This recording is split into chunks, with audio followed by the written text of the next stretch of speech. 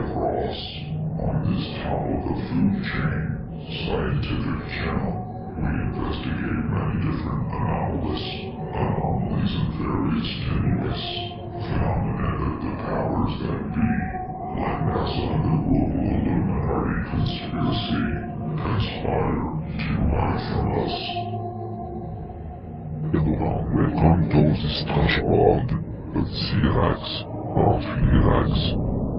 The new believers in conjunction with the elders present Roswell's smoking gun, the Ramey Memo, barely noticeable in one of the 1947 photos, and clutched in General Ramey's left hand is a slip of paper. Probably unwittingly, Ramey had the text side facing towards the camera. When blown up and analyzed, it tells a remarkably different story of events from the one Ramey or contemporary Air Force counterintelligence wants you to believe. The telegram held in General Ramey's hand provides smoking gun proof of a disc crash and the recovery of the victims of the wreck. The message turns out to be a telegram from General Ramey to the Pentagon and General Vandenberg, the acting ARF Chief of Staff at the time. Ramey is providing Vandenberg an update on the very fluid situation in the field at Roswell. The first paragraph describes what had been found. Ramey starts by acknowledging that the disc is next new find. He then adds that the victims of the wreck and something else, possibly just a wreck, had also been found near the recovery operation at the ranch. At the end it states that Vandenberg had ordered the victims and the wreckage forwarded to Fort Worth, Texas. In the second paragraph, Ramey describes how the situation was being handled. Ramey first states that something in the disc, probably the bodies of the forwarded victims, would be flown by B-29 Special Transport, most likely the head flight surgeon at Fort Worth, Wright Field, Ohio, home of the Aeronautical Labs, was to assess the Roswell crash object.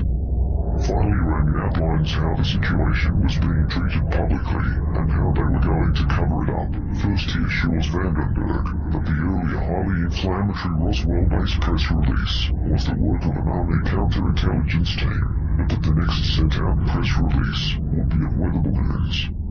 Ramey finishes with a statement that the weather balloon story might be better accepted if they also added weather balloon radar target demonstrations. This apparently was the impetus for the national debunking campaign using the devices that followed over the next few days.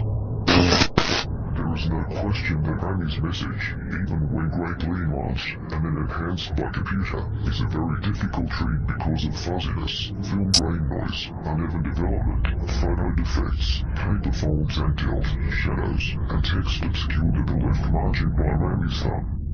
This will inevitably prompt comments from die-hard skeptics that the full take on the Ramey message is strictly one's own interpretation.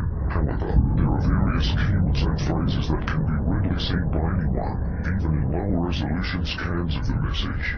First analyzed in 1999 by a number of people, these keywords and phrases unambiguously prove that there is no truth whatsoever to the various Air Force explanations, be they the original 1947 weather balloon story, or the Air Force's updated model balloon and crash dummies. Far and away the most important word of the entire messages, victims on the third line, paraphrase the victims of the wreck. If there were victims, then this was no model balloon crash. As the Air Force Roswell report itself noted, reports of bodies being recovered couldn't be true, because the crash was of a model balloon, which had no alien passengers.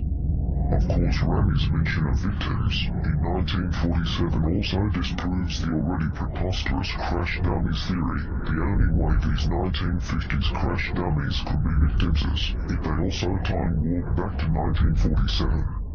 Another easily seen keyword and phrases, disc, and in the disc on the fifth line, Ramey is clearly describing the crash object as a disc, not as a weather balloon, or a model, or a radar target, or any other word or phrase that in any way suggests some sort of balloon or balloon paraphernalia. In fact, the only mention of weather balloons and rolling targets comes at the very end of the message in the context of issued public statements and damage control. The word disc is also used on the first line in reference to what had been found, but this instance of the word is not so easily seen. Furthermore, the message refers to the subsequent shipment of something in the disk. Neither the lens nor the two-dimensional flimsy radar kites had anything inside that could be shipped. If Ramey had been referring to some piece of balloon payload equipment, then the phrase should have begun with attached to or suspended from, or with, in speaking of the victims of the wreck, using the word disk for the crash object. And shipping something in the disk, Ramey is clearly referring to something other than a balloon crash. The simplest interpretation is to take the words literally.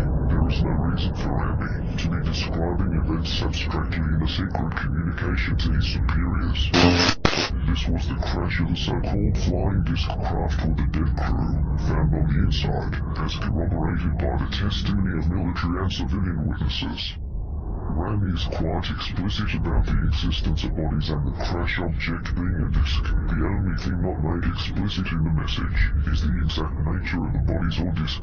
Ramey probably does not refer to the bodies as non-human, alien, or some similar term, nor does he use terms like spaceship to describe them.